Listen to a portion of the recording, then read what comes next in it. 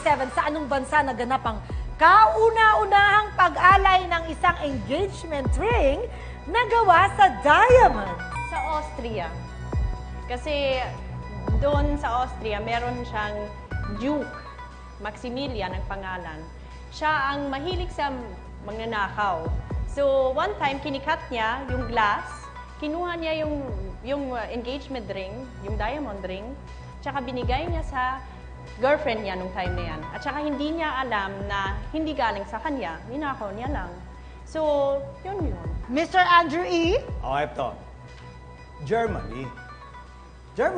Germany ang bansa na kauna-unang pag-alay ng isang engagement ring sa nagawa sa diamond. Bakit?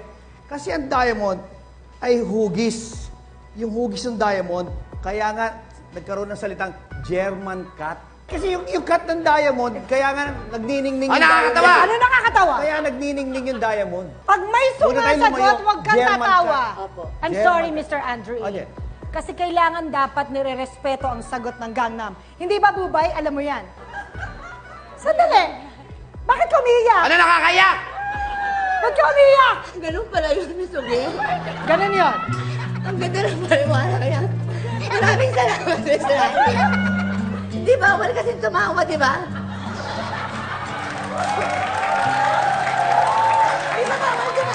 Nakita mo na, di ba? Nakita mo na yung ginagawa mo sa mga players natin? Kaya nga po, Ngayon, anong natutunan mo?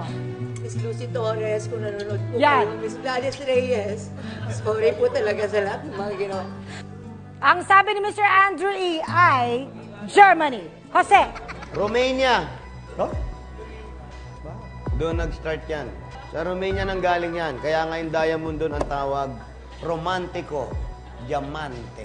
Intindihan mo na. Ha? Ayan na, na-atake.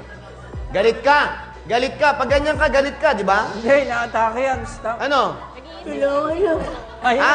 tulungan. Gas! Naano ko yun sa German cut. Pakiayos nga. Pakiayos nga, alien. Pakiayos. Pakiayos. Alright. Alright. Pakiayos. Okay, tulungan. Pakiayos. Hindi yan. Hindi ba? Tingin ka sa taas, tingin ka sa taas. Hindi, ganito. Paano ba?